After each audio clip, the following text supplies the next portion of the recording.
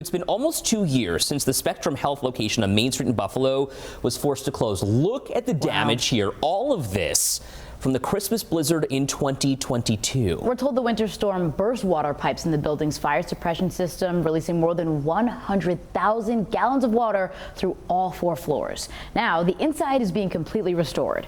7 News anchor Leah Lando went to the Main Street location to see what progress is being made and what kind of impact this place has on thousands of Western New Yorkers.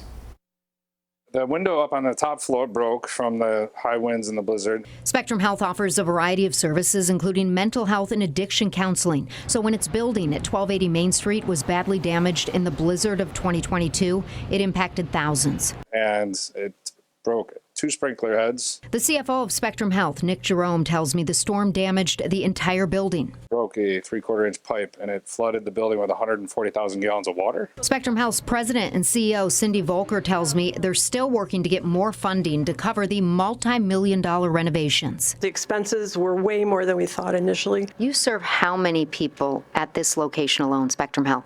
We would serve probably 6,000 people between all the programs that would run out of here. Programs Mulaney White, a mental health and substance abuse counselor, says are very important. We're the toughest of the toughest here. When we talk about schizophrenia, bipolar, and when we talk about, diagnosis, we think about what people go through, their extreme experiences. She says when 1280 was forced to close, she worried about all her patients. I had a gentleman who actually had schizophrenia. He was this gentleman who wouldn't talk. He would sit inside this area right here, which was our waiting room. At some point, they gave him to me, and I said, okay, I'll take him, and we'll talk.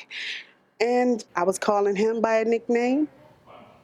He was calling me by a nickname. That experience for me was so big to be able to have that relationship. She says she's looking forward to the day these doors open again. To reunite and regain our relationship with the community. A relationship Cindy Volker says can be life-saving. It was really a place where you could come if you needed help. So it would be mental health issues, people feeling suicidal. Spectrum Health says it's grateful for generous donations, including one from the Patrick Lee Foundation. Jane McGavro is the executive director. The Lee Foundation awarded $200,000. We hope other foundations and people in the community will also join us in supporting this organization.